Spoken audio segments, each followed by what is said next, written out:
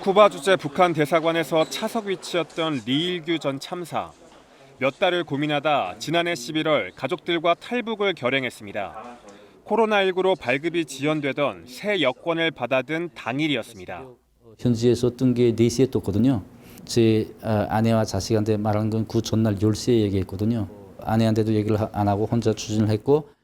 김정은 표창장도 받은 엘리트 외교관이었지만 자식을 위해 결단을 내렸습니다. 노동에 대한 착취, 불공평한 평가, 이게 가장 기본적인 이유였고요. 내가 늙어 죽을 때까지 크게 힘들지 않게 살 수 있다는 전망은 있었어요.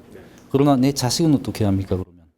지난해 8월 북한의 국경 개방과 함께 장기 체류자 소환이 시작되자 탈북이 급증했고 특히 자신 외에도 고위급 외교관들이 더 있다고 전했습니다. 불안해했고 흔들렸고 이젠 결정할 때가 됐다라고 해서 가시는 분들도 나름 꽤 많았습니다.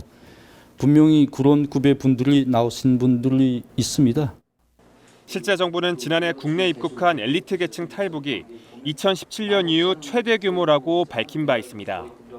김정은 위원장을 대면했던 경험도 털어놨는데 과체중과 만성 질환 등 소문이 무성했던 김정은의 건강 상태를 짐작해야 하는 대목이어서 주목됩니다.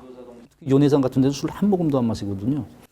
근데 얼굴이 너무 새빨갛고 앉아서 접촉한 기회가 좀 있는데 그때도 상당히 숨을 가빠하더라고요. 항상 이렇게 말하면서 이게 숨소리가 막 들려. 리 전 참사는 북에 있는 동료들이 자신을 보고 용기 있는 선택을 하길 바라는 마음에 인터뷰를 결심했다고 말했습니다. 저 같은 용단을 내렸으면 했고 그 속에서 자기 살 길을 찾지 말고 용기 있는 행동을 하시라. KBS 뉴스 유호윤입니다.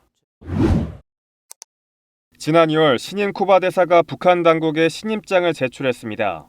코로나19 이후 북한의 신임 대사가 부임한 건 중국, 몽골에 이어 쿠바가 3번째였습니다. 리일규 전 참사는 탈북하기 전 자신이 이 일을 맡아 성사시켰다고 말했습니다.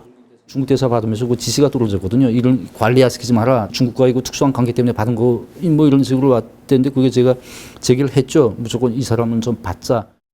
한국과 쿠바의 수교가 임박한 걸 감지하고 이를 조금이라도 늦추기 위해 쿠바의 신임 대사 부임 요청을 들어줬다는 겁니다. 이를 포함해 북한 대사관의 여러 방해 활동 때문에 한국과 쿠바의 수교가 몇 달이나마 늦춰졌다고 주장했습니다. 쿠바 근무 당시 본국에서 황당한 지시도 받았습니다. 2022년 코로나19 북한 유입이 대북 전단 때문이라는 김여정 부부장의 억지 비난 직후 쿠바 정부가 이에 동조하는 성명을 내도록 하라는 명령이 떨어진 겁니다. 한국을 욕하는 정부적인 규탄 성명 발표하게 하라는 지시가 하달이 돼서 일반 그 시민단체가 보낸 걸 가지고 쿠바 정부가 시민단체를 상대로 해서 정부 성명을 내라. 이건 말이 안 된다. 이렇게 해서 묶어서 보고를 했죠. 그러자 강한 질책이 돌아왔습니다. 그때 제가 죽을 뻔했어요. 패배주의자 이렇게 해가지고 굉장히 지적이 떨어졌죠. 이렇듯 북한을 대표하는 외교관으로 일하며 받은 심리적 고통도 탈북 동기가 됐다고 털어놨습니다. 외교관이 긍지가 뭔 줄 아세요? 자기가 업고 있는 나라가 자기 긍지입니다. 못 살기만 했으면 또 동정이라도 얻죠. 정말 온갖 불량 행위 다 하는 그런 불량배 국가 외교관인 거예요. 온갖 방해로도 한국과 쿠바의 수교를 막을 수 없었듯 체제 불만에 따른 엘리트 계층의 탈북도 거스를 수 없는 흐름이라는 분석이 나옵니다.